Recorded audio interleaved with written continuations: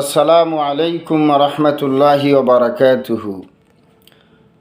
আমার প্রিয় দিনদার ভাই এবং বোনেরা, আল্লাহ সুবহানাহু ওয়া তাআলার পক্ষ থেকে সকলের উপরে শান্তি, রহমত, বরকত বর্ষিত হোক, আমিন।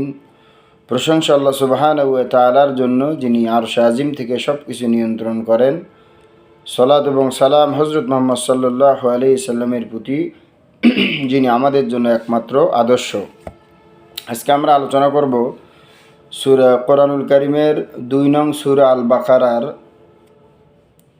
34 নং আয়াতে আল্লাহ তাআলা কি বলেছেন, আসুন আমরা আলোচনা করি। আউযু বিল্লাহি মিনাশ শাইতানির রাজীম। বিসমিল্লাহির রহমানির রহিম। পরম করুণাময় অসীম দয়ালু আল্লাহ তাআলার নামে শুরু করছি। আল্লাহ রাব্বুল আলামিন বলেন,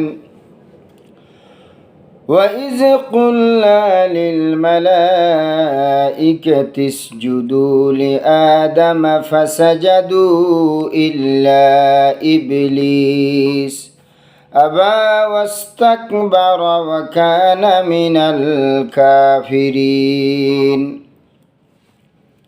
আল্লাহ তাআলা বলেন, যখন আমি ফেরেশতাদেরকে বললাম আদমকে সাজদা করো, তখন সকলে সাজদা করল ইবলিস ব্যতীত। সে নির্দেশ পালন করতে অস্বীকার করল ও অহংকার প্রদর্শন করল, ফলে সে কাফিরদের অন্তর্ভুক্ত হয়ে গেল। আল্লাহ তাআলা ফেরেশতাদেরকে বলেছেন আদমকে সাজদা করো, তখন সকলেই সাজদা করেছে ইবলিস ব্যতীত। সে আল্লাহ তাআলার নির্দেশ পালন করতে অস্বীকার করল এবং অহংকার প্রদর্শন করল, ফলে সে কাফিরদের অন্তর্ভুক্ত হয়ে গেল। কাজেই আল্লাহর কথা অনুযায়ী আজকে যারা পৃথিবীতে সাজদা দিচ্ছে না, তারা অহংকার করতেছে এবং তারা শয়তানের অনুসারী, তারা ইবলিসের অনুসারী। কাজে আসুন আল্লাহ তাআলাকে সাজদা করি, এবং আল্লাহ তাআলাকে সাজদা করা মানে হচ্ছে অহংকার থেকে মুক্ত হওয়া। আল্লাহ সেই তৌফিক আমাদের দিন, আমিন। এরপর রাতে আল্লাহ তাআলা বলছেন, وَقُلْنَا يَا آدَمُ اسْكُنْ أَنْتَ وَزَوْجُكَ الْجَنَّةَ وَكُلُوا مِنْهَا رَغَدًا حَيْثُ شِئْتُمَا وَلَا تَقْرَبَا هَٰذِهِ الشَّجَرَةَ فَتَكُونَ مِنَ الظَّالِمِينَ।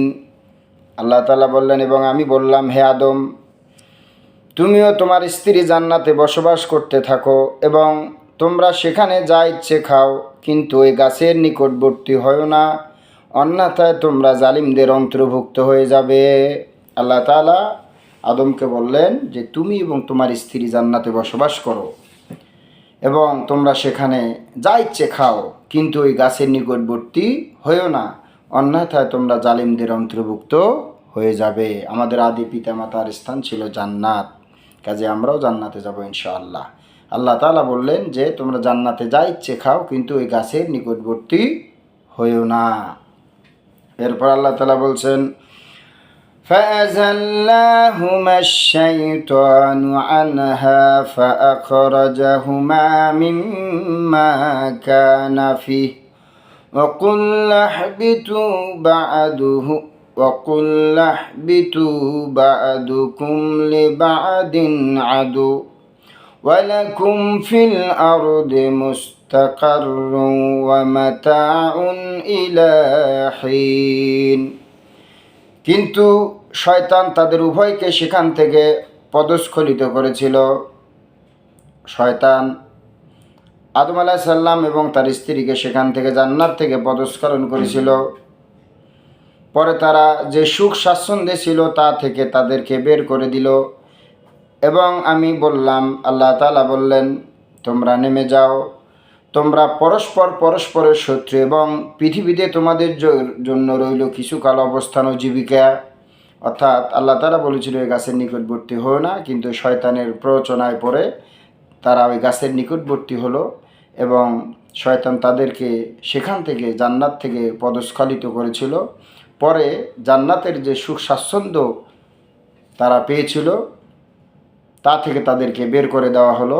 এবং আল্লাহ তাআলা বললেন যে আদম আলাইহিস সালাম এবং তার স্ত্রীকে এবং শয়তানকে বললেন যে তোমরা পরস্পরের শত্রু এবং পৃথিবীতে তোমরা চলে যাও, পৃথিবীতে তোমাদের জন্য কিছুকাল অবস্থান ও জীবিকা তোমরা সেখানে পাবে। কাজে আমরা তখন থেকে পৃথিবীতে কিছুকাল আমরা হায়াত পাই এবং কিছু জীবিকা পাই যতদিন আমাদের হায়াত। এরপর আল্লাহ তাআলা বলছেন, ফাতালাক্কা আদামু মির রাব্বিহি কালিমাতিন ফাতাবা আলাইহি ইন্নাহু হুয়াত তাওয়াবুর রহিম। অতঃপর আদম আলাইহিস সালাম তার পালনকর্তার কাছ থেকে কিছু কথা শিখে নিলেন। অতঃপর আল্লাহ তার প্রতি ক্ষমা প্রদর্শন করলেন, তওবা কবুল করলেন। নিশ্চয়ই তিনি মহা ক্ষমাশীল ও অসীম দয়ালু।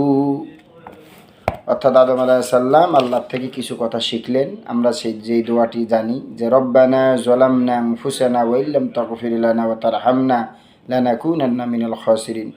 আদম আলাইহিস সালাম আল্লাহ তাআলার কাছে কিছু কথা শিখলেন এবং আল্লাহর কাছে ক্ষমা প্রার্থনা করলেন এবং আল্লাহ তাআলা ক্ষমা করে দিলেন। নিশ্চয়ই তিনি মহা ক্ষমাশীল ও অসীম দয়ালু। কাজে আজও যদি আমরা ভুল করি, ক্ষমা করি, আল্লাহ তাআলার কাছে ক্ষমা চাই, আল্লাহ তাআলা ক্ষমা করে দিবেন। এরপর আল্লাহ তাআলা বলছেন,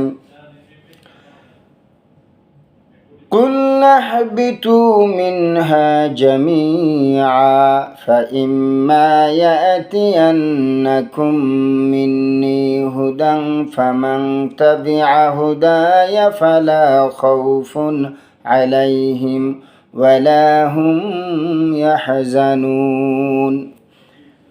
আল্লাহ তাআলা বললেন, আমি নির্দেশ করলাম তোমরা সকলেই নিচে নেমে যাও। আদম আলাইহিস সালাম তার স্ত্রী এবং শয়তানকে বলল আল্লাহ তাআলা যে তোমরা সকলেই নিচে নেমে যাও। অতঃপর যদি তোমাদের নিকট আমি আল্লাহর পক্ষ থেকে কোনো হেদায়েত পৌঁছে, তবে যে ব্যক্তি আমার হেদায়েতের অনুসারে চলবে তার ওপর কোনো ভয় আসবে না এবং কোনো দুঃখিতও তারা হবে না, কোনো চিন্তাও তাদের আসবে না। সুবহানাল্লাহ। আল্লাহ তাআলা বললেন যে তোমরা জান্নাত থেকে নিচে নেমে যাও, আমার পক্ষ থেকে তোমাদের কাছে হেদায়েত পৌঁছবে, যে হেদায়েত মেনে চলবে তার কোনো ভয় নেই, চিন্তা নেই। ভয় বলতে আমরা যা বুঝি দুর্নীতি, সন্ত্রাসী, সাদাবাজি, খুন, গুম, যত ভয়, কোনো ভয় থাকবে না। ওয়ালা হুম ইয়াহজানুন, কোনো চিন্তাও থাকবে না। চিন্তা বলতে খাদ্য, বস্ত্র, শিক্ষা, চিকিৎসা, বাসস্থান ইত্যাদি যে আমরা চিন্তা করি, আমাদের কোনো চিন্তা থাকবে না যদি আমরা আল্লাহর হেদায়েতের পথে চলি, কোরআনকে যদি জীবন বিধান হিসেবে আমরা নেই। আল্লাহ সেই তৌফিক দিন, আমিন। জীবন বিধান হিসেবে কোরআন কেন আর আমিন। পক্ষান্তরে আল্লাহ তাআলা বলছেন,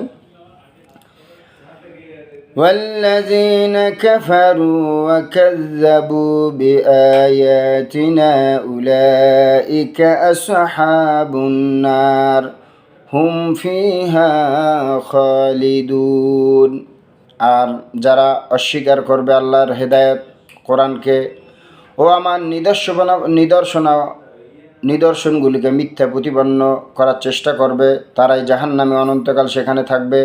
আল্লাহ তাআলা বললেন, যারা অস্বীকার করবে আমার হেদায়েত বা কোরআনকে, অর্থাৎ আমার নিদর্শনগুলোকে মিথ্যা প্রতিপন্ন করার চেষ্টা করবে যারা, তারাই জাহান্নামী আর অনন্তকাল সেখানে থাকবে। কাজে আল্লাহর হেদায়েত, আল্লাহর কিতাব কোরআন অস্বীকার করার কোনো সুযোগ নাই। যারাই অস্বীকার করবে তারাই মিথ্যাবাদী এবং তারাই জাহান্নামী, অনন্তকাল সেখানে থাকবে। আল্লাহ তাআলা আমাদের জাহান্নাম থেকে হেফাজত করুন এবং আল্লাহ নিদর্শনগুলিকে যেন আমরা স্বীকার করতে পারি সেই তৌফিক দান করুন, আমিন। এই হলো আমরা আজকে অনুবাদ করলাম কোরআনুল কারীমের সূরা বাকারার 34 নং আয়াত থেকে 39 নং আয়াত পর্যন্ত। আমরা যা এখান তেলাওয়াত করলাম আমরা শুনবো এবং এখান থেকে শিক্ষা নিয়ে ব্যক্তি, পরিবার, সমাজ জীবনে আমল করবো। আল্লাহ সেই তৌফিক আমাদের দান করুন, আমিন। শুনবেন এবং শেয়ার করবেন। সুবহানাকা আল্লাহুম্মা রাব্বানা বিহামদিকা আশহাদু আল্লা ইলাহা ইল্লা আনতা আস্তাগফিরুকা ওয়া আতুবু ইলাইক।